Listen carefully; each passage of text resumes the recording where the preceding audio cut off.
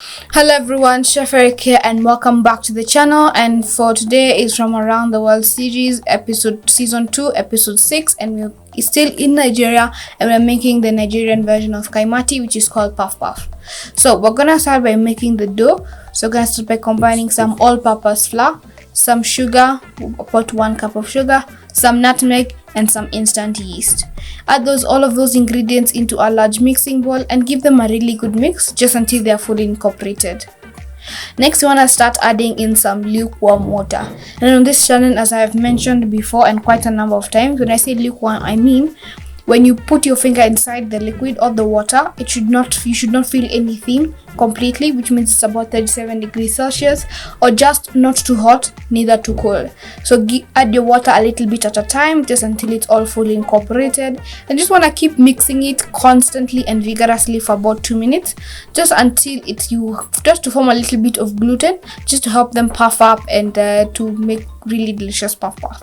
So once it's done, you're done mixing, you just want to cover it up with some cling film and a paper towel over the top. You just want to pop it into the oven with a bowl or container of hot water at the bottom rack, and then your puff puff at the top. I just want to let that sit in there for about half an hour.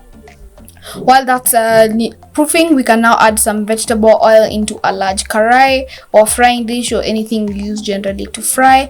I just want to heat that up over a medium-high heat.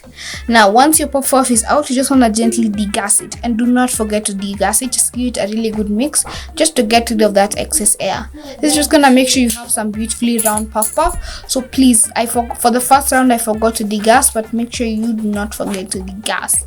It's a really important step, and it's gonna make sure you have some really perfect looking puff puffs. So to shape these puff puffs or to get them into the oil, you just want to dip a tablespoon measure into some vegetable oil that you have there on the side. It's just gonna make sure that the puff puff dough does not stick onto it at any cost.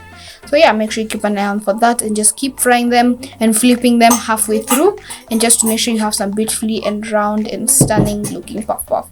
Serve this up with some tea or with a dusting of icing sugar, and you're done. Thank you guys so much for watching, and I can't wait to meet you guys next week for a brand new video, and we're going to be heading over to France.